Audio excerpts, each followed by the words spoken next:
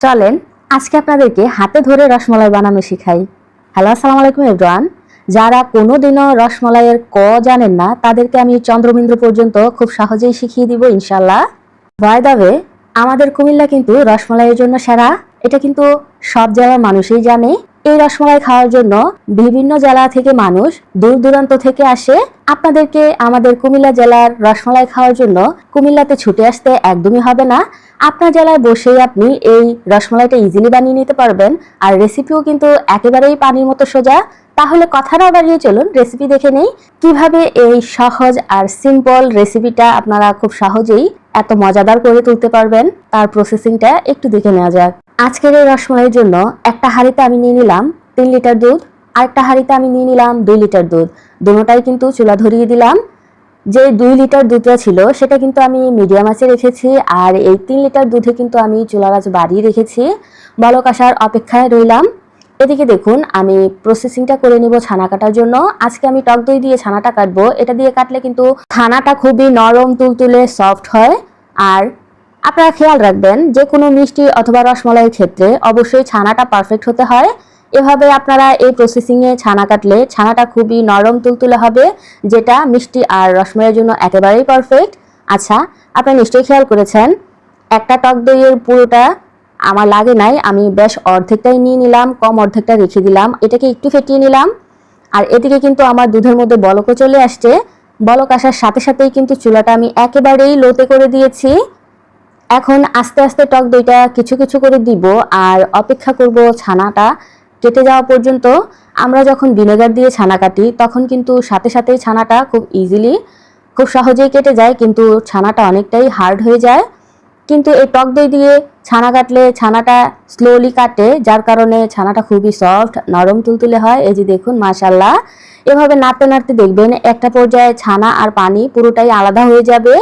এই যে আপনারা স্ক্রিনে লক্ষ্য করলেই বুঝতে পারবেন আমার ছানাটা কিন্তু সেট হয়ে গেছে আর পানিটাও আলাদা হয়ে গেছে। কতটা নরম তুলতুলে আপনারা নিশ্চয়ই খেয়াল করেছেন।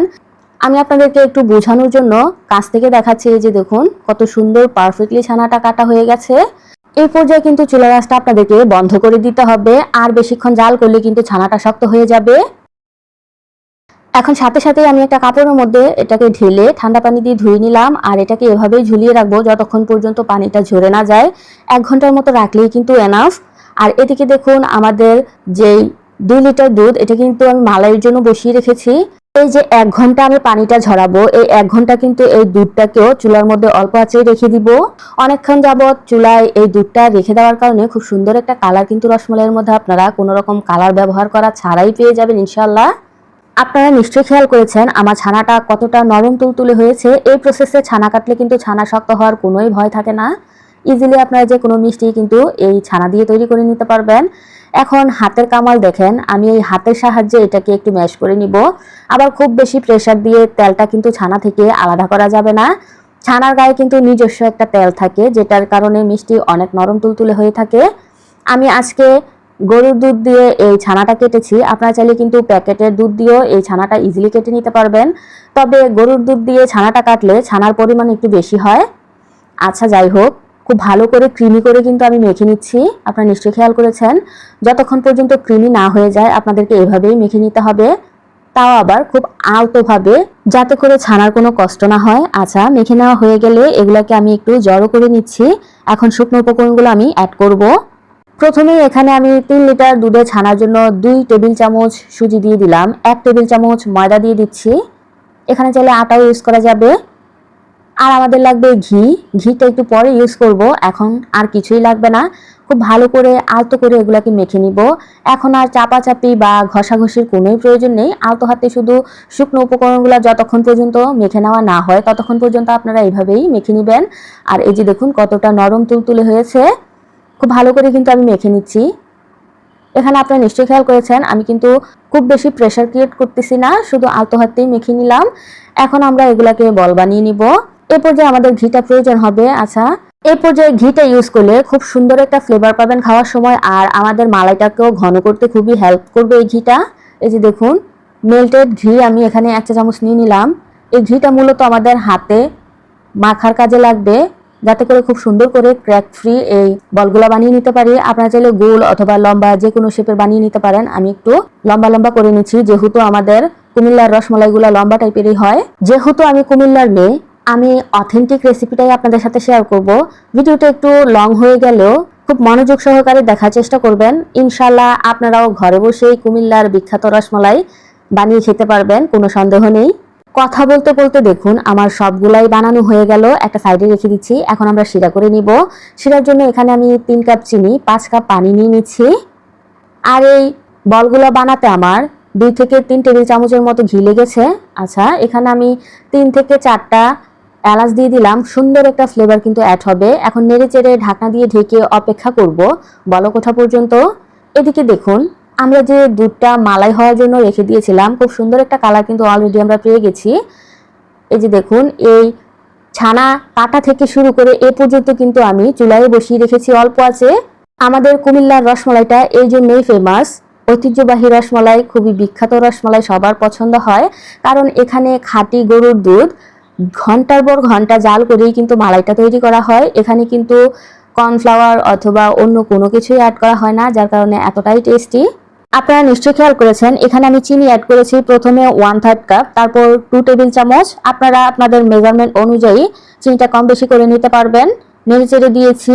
এদিকে দেখুন আমার শিরার মতো বলক চলে আসছে। এখন মিষ্টিগুলা একে একে ছেড়ে দিব। সবগুলা মিষ্টি কিন্তু একসাথে ছাড়া যাবে না, একটা একটা করে ছাড়বেন, কারণ এখানে সবগুলা একসাথে ছাড়লে ভেঙে যাওয়ার সম্ভাবনা খুব বেশি থাকে। আচ্ছা, আমি কিন্তু মিষ্টিগুলা ছাড়ার আগে চুলার আঁচটা একটু কমিয়ে দিয়েছি, কারণ এত ফুটন্ত গরম পানির মধ্যে মিষ্টিগুলা ছেড়ে দিলে ভেঙে যাওয়ার সম্ভাবনাও কিন্তু অনেক বেশি থাকে। একে একে সবগুলাই দেওয়া হয়ে গেছে। এখন চুলার আঁচটা আবারও বাড়িয়ে দিলাম। 2 মিনিট এভাবেই ঢাকনা ছাড়া রান্না করব। আর আপনারা নিশ্চয়ই খেয়াল করেছেন 2 মিনিটেই কিন্তু আমার মিষ্টিগুলা এতটা ফুলে ডাবল হয়ে গেছে। দেখতে কতটা কিউট লাগতেছে, তাই না? এগুলো কিন্তু আরো ফুলে যাবে। এখন ঢাকনা দিয়ে ঢেকে আমি অপেক্ষা করব মাত্র 5 মিনিটের জন্য। হাই হিটে 5 মিনিট আমি এটাকে রান্না করেছি। 5 মিনিট পরের অবস্থা দেখুন, মাশাআল্লাহ কতটা কিউট লাগতেছে না? এভাবেই কিন্তু অথেন্টিক রসমালাইগুলো বানানো হয়। ফুল রেসিপি কিন্তু খুব মনোযোগ সহকারে দেখবেন। আচ্ছা, এখন ঢাকনা দিয়ে ঢেকে আমি 16 থেকে 17 মিনিটের মতো রান্না করব, তাও আবার মিডিয়াম টু লো হিটে। প্রথমেই কিন্তু আমি চুলার আঁচ বাড়িয়ে 5 মিনিটের জন্য রান্না করেছি। তারপর চুলার আঁচ একেবারেই লোতে দিয়ে ঢাকনা দিয়ে 16 থেকে 17 মিনিট এই মিষ্টিগুলোকে রান্না করার পর আমার মিষ্টিগুলো কিন্তু হয়ে গেছে। এই মিষ্টিগুলো রান্না করার সময় কিন্তু শিরার মধ্যে আমি এক্সট্রা আর কোনো পানি ইউজ করি নাই, যার কারণে এই মিষ্টিগুলো শিরা খেয়ে একেবারেই টইটুম্বুর হয়ে আছে। এখন আমি চুলার আঁচটা বন্ধ করে দিলাম। পাশের চুলায় দেখুন আমার মালাইটা কিন্তু এখনো চুলার আঁচেই বসানো আছে, অল্প আছে বসিয়ে রেখেছি, যার কারণে খুব সুন্দর একটা কালার আমার পেয়ে গেছি। এখানে গরম গরম মিষ্টিগুলো কিন্তু উঠিয়ে উঠিয়ে সাথে সাথেই আমি এই মালাইয়ের মধ্যে দিয়ে দিব।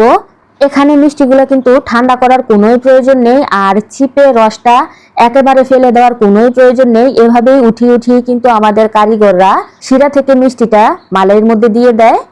আমি সেই কাজটাই করতেছি। সবগুলা মিষ্টি কিন্তু একে একে আমি দিয়ে দিচ্ছি, আপনারা দেখলেই বুঝতে পারবেন। এই যে দেখুন মাশাআল্লাহ, আপনারা চাইলে কিন্তু রসমালাই না বানালে মিষ্টি প্রসেসিংটা এভাবে করে খেয়ে নিতে পারেন। এগুলো কিন্তু অনেক নরম তুলতুলে অনেক মজাদার একটা মিষ্টি তৈরি হয়ে যায়। একই রেসিপিতে আপনারা কিন্তু 2টা রেসিপি পেয়ে গেলেন, অবশ্যই ট্রাই করবেন। এই যে দেখুন সবগুলা মিষ্টি দিয়ে দেওয়ার পর আমি এখন ভালো করে নেড়ে চেড়ে মিশিয়ে নিচ্ছি। আমাদের কুমিল্লার রসমালাইটা কারা কারা এ পর্যন্ত টেস্ট করেছেন অবশ্যই জানাবেন। আর এটার টেস্ট আপনাদের কাছে কেমন লাগে এটা জানাতে একদমই ভুলবেন না। আর আপনি কোন জেলা থেকে আমাদের এই রসমালাইটা খেয়েছেন এটাও জানাতে একদমই ভুলবেন না। ভালো করে কিন্তু মিশিয়ে নিলাম। এখন ঢাকনা দিয়ে অপেক্ষা করব 3 থেকে 4 ঘন্টার জন্য। এরই ফাঁকে দেখবেন একেবারেই কিন্তু মালাইটা স্যুপ করে নিবে এই রসমালাইগুলা। এই যে দেখুন মাশাআল্লাহ, একটু নেড়ে চেড়ে আপনাদেরকে দেখাচ্ছি কি লোভনীয় হয়েছে, নিশ্চয়ই খেয়াল করেছেন। এই রসমালাইটার সাথে কে কে পরিচিত আমি দেখতে চাই। একেবারেই হুবহু কুমিল্লার মাতৃভান্ডারের রসমালাই, তাই না? অবশ্যই বাসা ট্রাই করার অনুরোধ রইল। ভিডিওটা দেখতে দেখতে এ পর্যন্ত যারা চলে এসেছেন অথচ একটা লাইক দিতে ভুলে গেছেন, অবশ্যই একটা লাইক দিয়ে ভিডিওটা কন্টিনিউ করবেন। চ্যানেলে নতুন হয়ে থাকলে অবশ্যই চ্যানেলটা সাবস্ক্রাইব করে বেল বাটনটা অন করে দিবেন আমার পরবর্তী ভিডিও নোটিফিকেশন সবার আগে পাওয়ার জন্য। এখন একটু সার্ভ করে দেখাচ্ছি। আচ্ছা, এটা কিন্তু লাইটিং এর কারণে একটু হলদেটে দেখা যাচ্ছে, এগুলো কিন্তু একদমই হলদা না। আপনি রসমালাইটা বানিয়ে একটা বক্সের মধ্যে ভরে যদি কাউকে দেন, তাহলে সে বিশ্বাসই করতে পারবে না এটা আপনার হাতে বানানো। সে বুঝবে যে আপনি কুমিল্লার রসমালাই তাকে গিফট করেছেন। আচ্ছা, আর একটু সৌন্দর্য আর লোভনীয় করার জন্য আমি উপর দিয়ে পেস্তা বাদামের গুঁড়া দিয়ে দিচ্ছি। এতে করে দেখতে সুন্দর লাগবে আর খেতেও কিন্তু ভীষণ মজা লাগবে। একটু কেটে আপনাদের সাথে শেয়ার করতেছি। মাশাআল্লাহ, এই যে দেখুন কতটা লোভনীয়, ভিতর পর্যন্ত কিন্তু একেবারেই মালাইটা প্রবেশ করে টইটুব্বুর হয়ে আছে। আমার আজকের এই সহজ আর সিম্পল রেসিপিটা কার কার ভালো লেগেছে অবশ্যই জানাবেন। এভাবে আপনারা অবশ্যই বাসায় একবার ট্রাই করবেন, আর যারা ট্রাই করবেন অবশ্যই আমাকে ফিডব্যাক জানাতে ভুলবেন না আপনাদের রসমালাইটা কেমন হয়েছে। আপনার ফ্যামিলির সবাই রসমালাইটা কতটা পছন্দ করেছে এটাও জানাবেন। এই রসে ভরা টইটুব্বুর রসমালাইটা খেতে খেতে বিদায় নিচ্ছি। আজ এ পর্যন্তই। সবাই ভালো থাকবেন, আমার জন্য দোয়া করবেন। আল্লাহ হাফিজ।